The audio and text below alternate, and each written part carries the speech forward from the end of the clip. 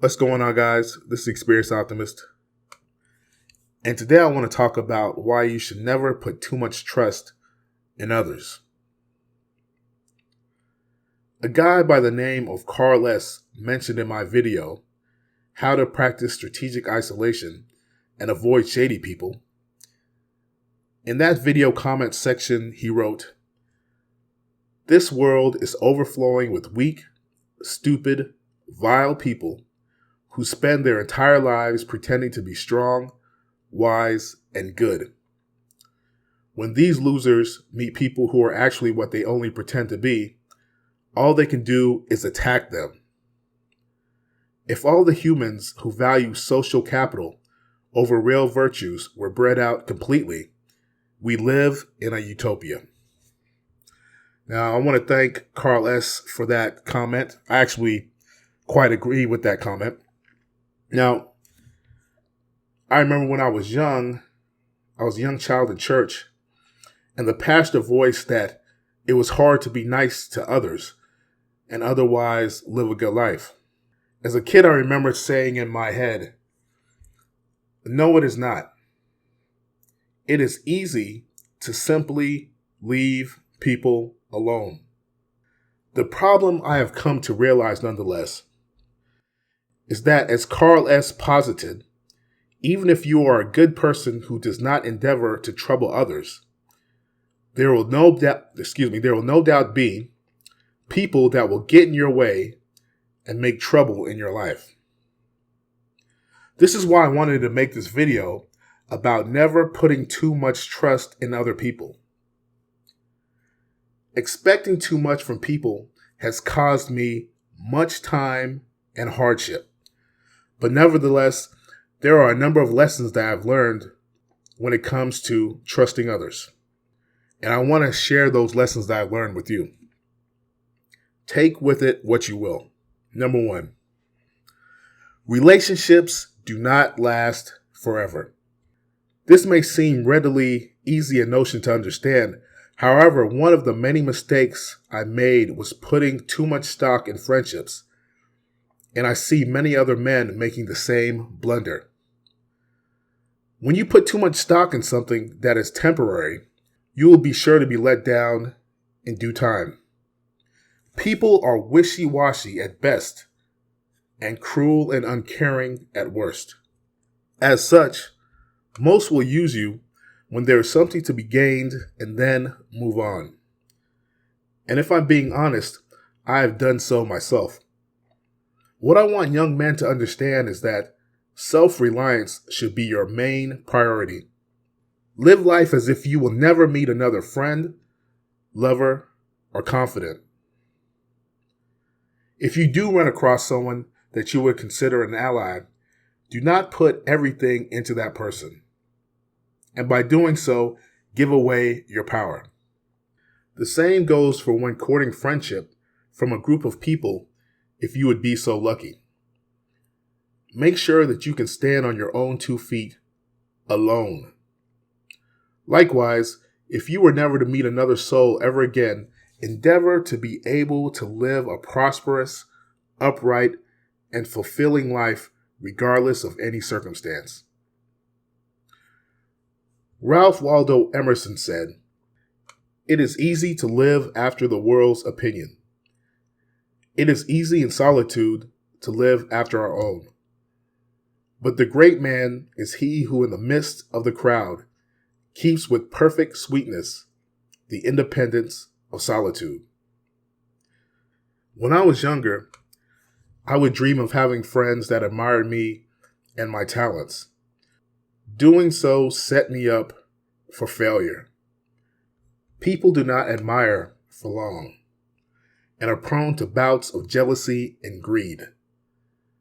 No good can come from craving respect from people ad infinitum. Which leads me to number 2. People will use your longing for validation and approval against you. I mentioned this in another video, but I feel that this notion needs to be repeated so that you may gain a better understanding. Longing for validation and approval of others will lead only to sorrow. There's a quote that states, "You will never gain anyone's approval by begging for it. When you stand confident in your own worth, respect follows." Now, a lot of people from the Caribbean, when they come to America, they want to live in the so-called American dream. I talked about this in an earlier video. They want to live in a gated community, send their kids to good schools, and achieve advanced degrees in higher education as a way of signaling status. The problem, however, is within those gated communities are people that pretend to like you as long as you are a caricature of yourself. I call it being Calypso Man. They do not care about who you are as a person, but instead how well you play a character closely related to an idea they have in their minds. Someone that makes them feel comfortable and safe. And as long as you crave their acceptance, a play along, you are a prisoner of fortune, destined to become a fraudulent poser, no different from a marionette being controlled by the strings of societal conformity. Let me reiterate. You should never seek validation and approval from other people lest you want them to take advantage of you, and take advantage they will. Instead, try to distance yourself from persons that seek to prey on the vulnerabilities of other people around them. No matter how good a neighborhood you live in, it will do you no good if you fall in line with people who pretend to be good rather than making the extra effort to genuinely be good themselves. And number 3, cherish your solitude.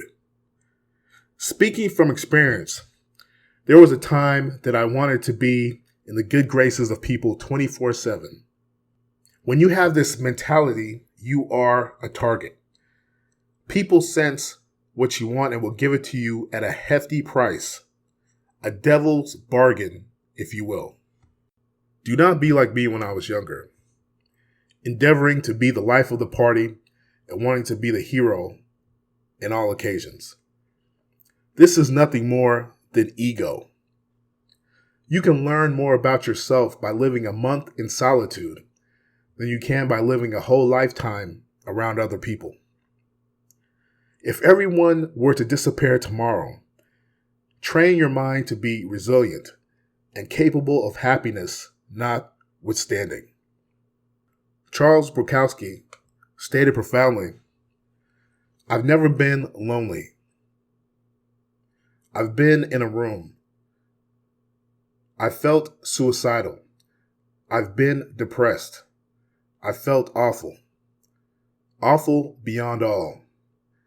But I never felt that one other person could enter that room and cure what was bothering me. Or that any number of people could enter that room. In other words, loneliness is something I've never been bothered with because I've always had this terrible itch for solitude. It's being at a party or at a stadium full of people cheering for something that I might feel loneliness." I'll quote Ibsen, "The strongest men are the most alone," unquote. I've never thought, well, some beautiful blonde will come in here and give me a fuck job, rub my balls, and I'll feel good. No, that won't help. You know the typical crowd. Wow, it's Friday night. What are you going to do? Just sit there? Well, yeah, because there's nothing out there. It's stupidity. Stupid people mingling with stupid people. Let them stupefy themselves. I've never been bothered with the need to rush out into the night. I hid in bars because I didn't want to hide in factories. That's all. Sorry for all the millions, but I've never been lonely. I like myself. I'm the best form of entertainment I have. Let's drink more wine. Now, if you like this video, like, subscribe, support other MGTOW channels, and I will talk to you later.